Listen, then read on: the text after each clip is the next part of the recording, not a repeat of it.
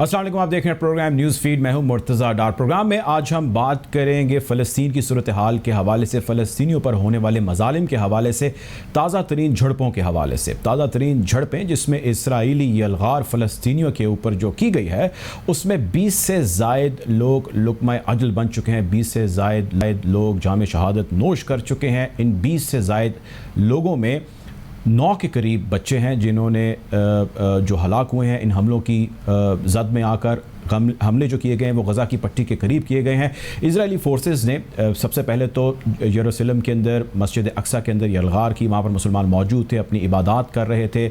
ماہ صیام چل رہا ہے، رمضان کا مہینہ ہے، تو جتنے بھی مسلمان ظاہر ہے وہ اپنی ان تمام مہینوں کے اندر عبادات کرتے ہیں. اسی طرح فلسطینی وہاں پر اپنی عبادات میں مصروف تھے، جبکہ اسرائیلی فورسز نے ان کو وہاں پر عبادات کرنے سے منع کیا، وہاں پر یلغار کی، اور انہوں نے کہا کہ جی ہم آپ کو اس چیز سے روکیں گے. ساتھ ہی ساتھ ہم نے دیکھا کہ یروشلم ڈے منائے جانے کے حوالے سے کچھ یہودی لانگ مارچ کرنے کا ارادہ رکھتے تھے. انہوں نے اس لانگ مارچ کو کیا. جب یہودی اور مسلمان وہاں پر آمنے سامنے ہوئے تو ایک مسئلہ بنا، اور اس مسئلے کے نتیجے میں کہنا یہ تھا اسرائیلی فورسز کا کہ ہم نے وہاں پر فورس کا استعمال کیا. اس فورس کے نتیجے میں 350 سے زائد لوگ زخمی ہوئے، جس میں کافی سارے کرٹیکل حالت میں بھی ہے. یہاں سر نکل جانے کا کہا حماس نے. حماس جو فلسطینیوں کی ترجمان تنظیم ہے، حماس نے جب ان کو یہاں سے نکل جانے کو کہا فورسز کا، غالباً 1 گھنٹے کے قریب وقت دیا گیا کہ 1 گھنٹے کے بعد یہ فورسز یہاں سے نکل جائیں، مسلمانوں کو عبادت کرنے دے. جب یہ نہیں کیا گیا تو حماس نے ریٹیلیٹ کیا اور ان کے اوپر حملہ کیا. اس سے قبل اسرائیلی فورسز غزہ کی پٹی کے اندر، جیسے میں نے عرض کیا، کہ حملہ کر چکی تھی. اس حملے کے نتیجے میں بہت ساری لوگ مارے گئے، بہت ساری جانیں گئیں. اس کے نتیجے میں پوری دنیا نے اس کی کنڈیمنیشن کی. یونائٹڈ نیشن، یونیسیف کی جانب سے بھی بیانات سامنے آئے، مختلف ممالک کی جانب سے بیانات سامنے آئے. ترکی نے اس کے اندر ایک خاصا اہم رول پلے کیا، اور ترکی نے فور فرنٹ پہ آ کے طیب رجب اردوان نے اس عزم کا اظہار کیا کہ پوری دنیا کے اندر فلسطینیوں کی آواز وہ بلند کریں گے اور باور کریں گے پوری دنیا کو کہ فلسطین کا مسئلہ فلسطینیوں کی امنگوں کے عین مطابق حل ہونا چاہیے. پاکستان نے اس کو کنڈیم کیا. پاکستان کے دفتر خارجہ، وزیر اعظم، تمام حلقوں کی جانب سے اس کی کنڈیمنیشن کی گئی. ایون کچھ عرب کنٹریز نے بھی اس کو کنڈیم کیا. آج کے پروگرام میں ہم یہ جاننے کی کوشش کریں گے کہ فلسطینی اور خصوصاً حماس اب کیا کرنے کا ارادہ رکھتے ہیں.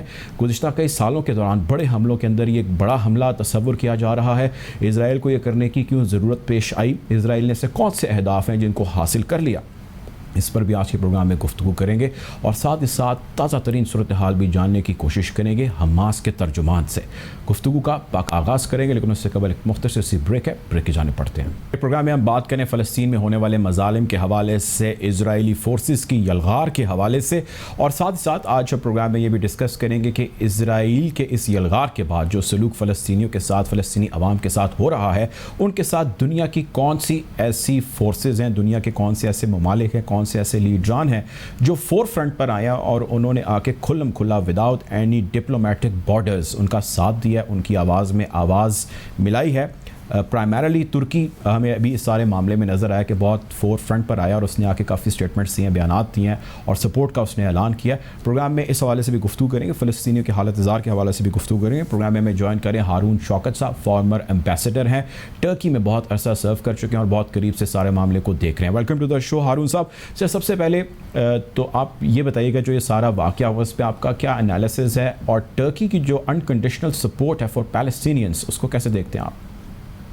پہلی بات تو یہ ہے کہ جو پیلسٹینینز کے ساتھ اسرائیلیز کر رہے ہیں، یہ تب تک ہوتا رہے گا جب تک ان کو پراپر سٹیٹ ہوڈ ان کی نہیں مل جاتی. یہ پیلسٹینین ایشو کشمیر ایشو کی طرح ایک غریب بہت پرانا مسئلہ ہے جو اب تقریباً 5 دہائیوں سے اپنا ریزولوشن مانگتا ہے. اور اسرائیل ایک اسٹرانگ فورس ہے. پیلسٹینین جو بیچارے وہاں پہ ان کی زمینوں پہ قبضہ کیا ہوا ہے، اور ان کو گاہے بگاہے اپنی انکروچمنٹس کو، اپنے انفلوئنس کو بڑھانے کے لیے اسرائیل یہ گاہے بگاہے کرتا رہتا ہے اس طرح کے اقدامات. افسوس کی بات یہ ہے کہ مسلمان دنیا میں، اسلام دنیا میں کوئی بہت مضبوط اور یونائٹڈ آواز سامنے نہیں آئی. ابھی آپ نے ذکر کیا طیب اردوان صاحب جو ترکی کے صدر ہیں، انہوں نے دو ٹوک انداز میں اس سارے معاملے کی مذمت کی. پاکستان کے پرائم منسٹر صاحب نے بھی سعودی عربیہ میں ہوتے ہوئے اس واقعے کی شدید الفاظ میں مذمت کی. فارن آفس نے بھی ایک آج پریس ریلیز ایشو کیا، اسٹرانگلی ورڈڈ، بڑا اسٹرانگ ٹرمز میں کنڈیم کرتے ہوئے. لیکن اصل بات یہ ہے کہ مسلمانوں میں وہ یکجہتی اور وہ یونٹی نہیں ہے جو ہونی چاہیے اس قسم کے درینہ مسائل کے حل کے لیے. پاکستان ایک زمانہ تھا, آپ سمجھیے کہ 80 کی دہائی میں پاکستان کا ایک بہت بڑا لیڈرشپ رول تھا اسلام دنیا میں, وہ اوور ٹائم انفارچونیٹلی تھوڑا سا ایروڈ ہو گیا ہے. جو نان عرب ورلڈ ہے اس میں رجب طیب ایردوان ایک بہت سالڈ لیڈر ہے, اور انہوں نے ہر موقع پہ بشمول کشمیر ایشو کے بڑی اسٹرانگ پوزیشن لی ہے اور بڑی پرنسپل پوزیشن لی ہے. یہ اس طرح کے جو مسائل ہیں, فلسطینین کا مسئلہ, کشمیر کا مسئلہ, سائپرس کا مسئلہ اور درینہ مسائل جو حل تک قرب ہے, ان کے حل اصولوں کی بنیاد پر ہی ہو سکتے ہیں. ان کے حل لاسٹنگ سولوشن تبھی ہو سکتا ہے جب وہ جسٹ ہو, جب وہ لوکل لوگوں کی ایسپریشن کو کورسپونڈ کرے. تو انفارچونیٹلی جس طرح سے کشمیریوں کے ساتھ دیکھتے ہیں مظالم ہوئے چلے جا رہے ہیں, مور اور لیس ویسے فلسطین کے ساتھ ہو رہے ہیں. آپ نے صرف مسلم امہ کی یونٹی کی بات کی. اب سوال میرا یہ ہے کہ پاکستان کو تو چلیں آپ ایگزمپٹ کر دیں کیونکہ پرائم منسٹر اس حوالے سے اسٹیٹمنٹ دے چکے ہیں, سعودی عرب نے بھی کوئی آفیشیل ایکسیپٹنس نہیں کی, لیکن جتنے اسلامی ممالک ہیں لگ بھگ 52 کے قریب, ان میں سے میجورٹی اسرائیل کی حاکمیت کو تسلیم کر چکی ہے. وہ چاہے UAE ہو, وہ چاہے کوئی اور سوڈان ہو, وہ موراکو ہو یا کوئی اور ملک ہو, وہ اس کی حاکمیت کو تسلیم کر چکے ہیں, انکلوڈنگ ٹرکی. فلسطینین ایشو جو ہے اس میں جو اسرائیل کا وجود ہے اس کو تسلیم کرنے میں کسی کو آر نہیں ہونا چاہیے. وہ ایک اپنی جگہ پہ ملک ہے, لیکن اس کے ساتھ ساتھ جو 2 اسٹیٹ سولوشن ہے جس میں فلسطینیز کا باقاعدہ اسٹیٹ ہوڈ کے اوپر اختیار ہے, ان کا انیلینیبل رائٹ ہے, وہ بھی انہیں ملنا چاہیے. اور اس کے لیے جب تک دنیا, مسلمان دنیا ایک آواز ہو کے نہیں بولے گی, اس کا امپیکٹ نہیں پڑے گا. آج کل جو ایک ریئل پولیٹک آپ جس کو کہتے ہیں دنیا میں, بہت سے ممالک جو مضبوط ممالک ہیں وہ اپنے معاشی انٹرسٹ کو دیکھتے ہیں, اپنے اسفیئر آف انفلوئنس کو بڑھانے کی کوشش کرتے ہیں.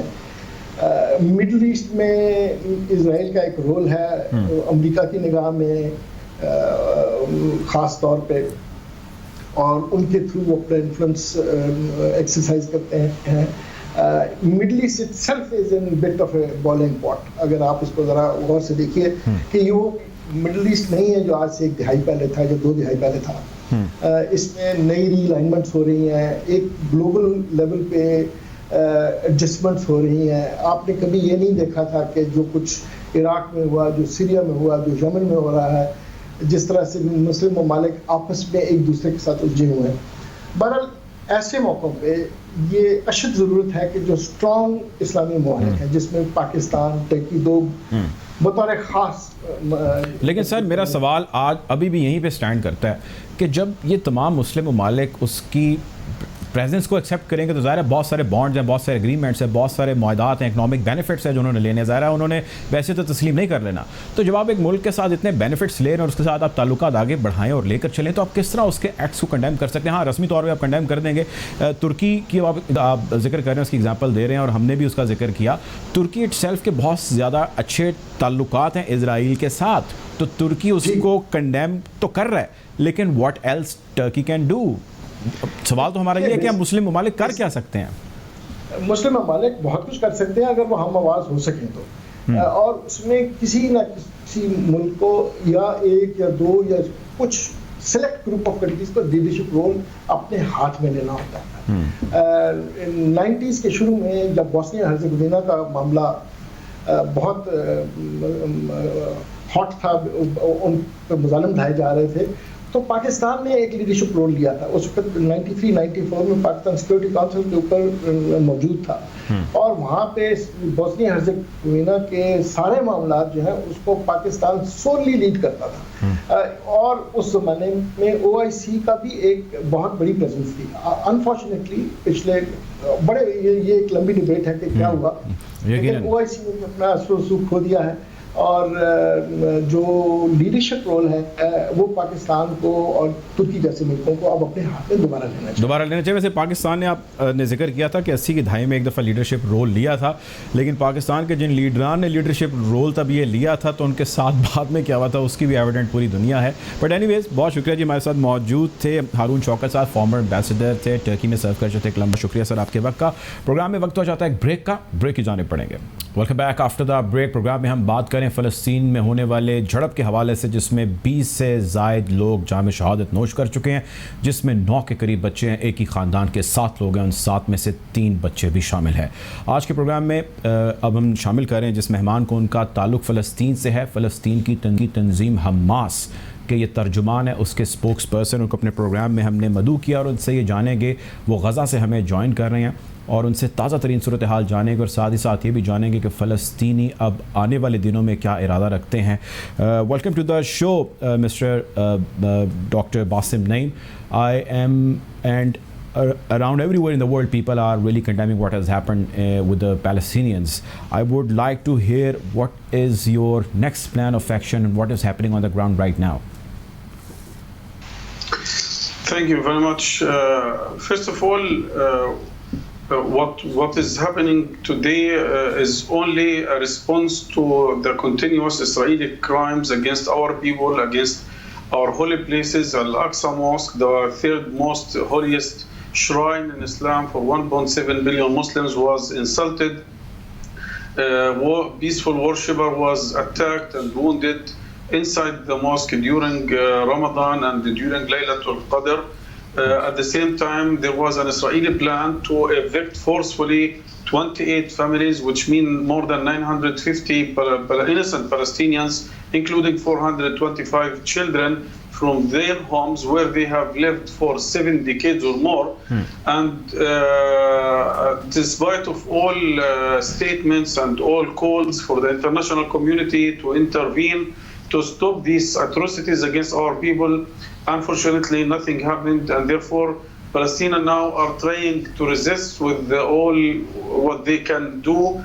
Okay, there is no comparison between our facilities and forces and what the enemy is having, but we are doing what we can to defend ourselves, our dignity, our freedom. So, Dr. Basim, whatever has happened, the Israeli side gave a version and they were of the view that we stopped them due to multiple reasons of entering into Al-Aqsa Mosque. One of the reasons they mentioned is the presence of, the pandemic, the COVID, the interaction people are going to have there, so we want you to avoid that. And the other reason is that they were trying to observe a day, which is the Jerusalem Day in remembrance of 1967. So these were two reasons given to the Palestinians there by the forces, by the authorities, and they said if they stopped implementing on whatever we've been telling them. So that is why we took an action which resulted in this way. This is what they've said about the Al-Aqsa. Look, first of all, the plans of Israel to Judaise Jerusalem and to destroy the mosque or the Al-Aqsa Mosque is not the story of yesterday or 2 days ago. This is a story of 2 decades. Regardless of the government in Israel, they have the same plan. But now we are witnessing a peak of this plan because of the shift in the Israeli society towards the left.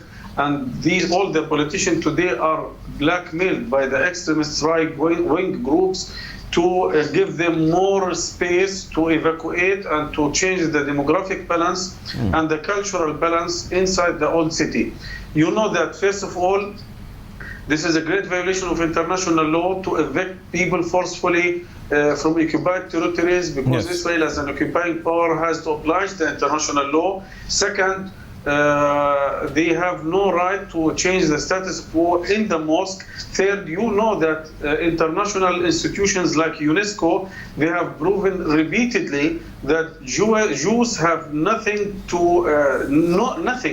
in the Al-Aqsa compound. They have proven nothing or no relations to Jews to this compound. They have no history here. And at least, as I said, they are planning this for years after years, and they have attacked the Palestinians They have wounded more than 500 Palestinian peaceful worshippers during Ramadan, during the holy night of Laylatul Qadr. They were, as I said, peaceful. They were only trying to continue Ramadan peacefully. Therefore, these lyings of the Israeli propaganda is not acceptable. And you can hear or read the whole condemnation all over the world about what is Israeli performing and doing nowadays in Jerusalem. Yes, there's of course a great condemnation from around the world, and we've also seen condemnation from some of the Arab countries as well, which were not expecting. But other than that, the strategic ally of Israel, US, has a different say on this. There is a video going on around the social media and television. I would like you and my audience to see this video, and let's watch this together and see what role US possibly can play in this. The principle of self-defense. I'm asking if you think that the principle of self-defense applies to the retaliatory the airstrikes that they're conducting in response. Matt, this is a very fluid situation. I would hesitate to comment on operations beyond, the rocket fire that is clearly targeting innocent civilians in Israel. So I would hesitate to speak to specific operations that have just occurred. But the broader principle of self-defense is something we stand by on behalf of Israel and every other country. Do you think that an Israeli military response to the rockets coming in, a military response to the rockets coming in is covered by this broader rubric of self-defense, right? Self-defense often does authorize the use of force. Thank you, Matt. I want to ask about East Jerusalem, but let's talk about what you said about the principle of self-defense. Does that in any way apply to the Palestinians? Do they have a right to self-defense? Do Palestinians have a right to self-defense? Broadly speaking, Saeed, we believe in the concept of self-defense. We believe it applies to any state. I don't think that. I certainly wouldn't want my words to be construed as. I understand. I want to ask you on Israel. I don't want to harp on this either, but the Israelis killed 13 people just now, including maybe 5 or 6 children. Do you condemn that? Do you condemn the killing of children? Saeed, I'm asking, do you condemn the killing of Palestinian children? Obviously, and these reports are just emerging, and I understand, I was just speaking to the team, I understand we don't have independent confirmation of facts on the ground yet, so I'm very hesitant to get into reports that are just emerging. Obviously, the deaths of civilians, be they Israeli or Palestinians, are something we would take very seriously. Okay. You're going to know as soon as I read what your answer was that there's a big problem with it. You said... Right, so the world is actually condemning. There's no one who is not condemning the killing of innocent children and the children who belong to Palestine, who has nothing to do with this all. But U.S. government's representative is reluctant and is checking the facts and is not really sure about this. Did you get an idea about this, what is happening on the ground and the response from the U.S., and what is your sentiment about this, Dr. Bassem? First of all, regarding the American response, it is not surprising for us because we have witnessed such biased statements now for 7 decades. You have to remember that a lot of UN resolutions were issued against the Israeli aggression and atrocities, and they have been blocked by 72 vetoes, American vetoes used against this resolution, against the international legitimacy. And we know that regardless of the government in Washington, D.C., is it Republican or Democrat, they are totally blindly supporting the Israeli regime, regardless of its violation of international law and atrocities against our people. Yes, exactly. And this has been happening from like many years. We have little time. I'm interested in knowing that what is your next plan of action, what you guys are doing there on the ground, and what you be representing Hamas. What is the plan of Hamas now? We have said it. We have stated it clearly. If the Israelis are ready to withdraw their security forces from the Al-Aqsa compound and to release the arrested Palestinians during these peaceful, during the clashes, and stop finally and totally the forceful eviction of Palestinians from Sheikh Jarrah neighborhood, we are ready to stop firing rockets or resisting the occupation, at least at this moment. But until now, the Israelis insisting on attacking the mosque, attacking the worshippers, and insisting on their plans to evict the Palestinian forcefully from their houses and neighborhood. And I have to say that at this moment we are talking about more than around 30 murders, including 9 children, and more than 160 wounded. A lot of them are seriously wounded. Some high buildings have been destroyed totally in the city of Gaza. Right, thank you so much. We had Dr. Basim Naeem with us.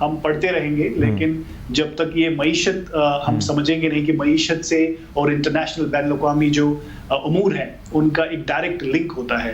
تو یہی وجہ ہے کہ آپ فلسطین کے بارے میں بات کریں یا کشمیر کے بارے میں بات کریں یا جو بھی تنازعات دنیا میں ہیں, تو ہم نے دیکھا کہ وہی حل ہوئے جس میں یورپین یونین, امریکہ اور باقی جو دیگر پاورفل کنٹریز ہیں ان کا جب تک ان میں انٹرسٹ تھا تو انہوں نے ان کو حل بھی کیا. ساؤتھ سوڈان کا آپ کے پاس معاملہ ہے, کوسوو کا اور سربیا کا آپ کے پاس ہے, اسی طرح آپ کا جو ہے آپ دیکھ لیجئے جب اوسیٹیا کا جارجیا کے ساتھ, تو یہ جب وہ حل کرنا چاہتے ہیں تو وہ کرتے ہیں, جہاں وہ حل کرنا چاہیں اس کو کر لیتے ہیں. ٹائم ہمارے پاس کچھ کم ہے, میں ایک چیز یہ پوچھنا چاہتا ہوں آپ سے, چونکہ آپ گراؤنڈ پہ ہیں, وہاں پہ آپ جتنے بھی لوگ ہیں ان کے ساتھ گھلتے ہیں ملتے ہیں, یہ بتائیے گا کہ اس چیز کی کتنی پاسبلٹی ہے کہ آپ کہہ رہے ہیں حالات ایسے ہی رہیں گے کہ دیر ول بی سم وائس جو نوجوانوں کی آواز ہوگی وہ کسی نہ کسی طرح کوئی بڑا اپسیٹ کر سکتی ہے, اور دنیا کی بڑی پاورز کو یا جو اس وقت حاوی پاور ہے اس کے اوپر کوئی نہ کوئی ایک رجسٹر کرا سکتی ہے اپنا protest, which might can turn into thing. ہم نے عرب اسپرنگ یا ایسی بہت ساری ایگزامپلس دیکھی جس کے اندر نوجوانوں نے سامنے آئے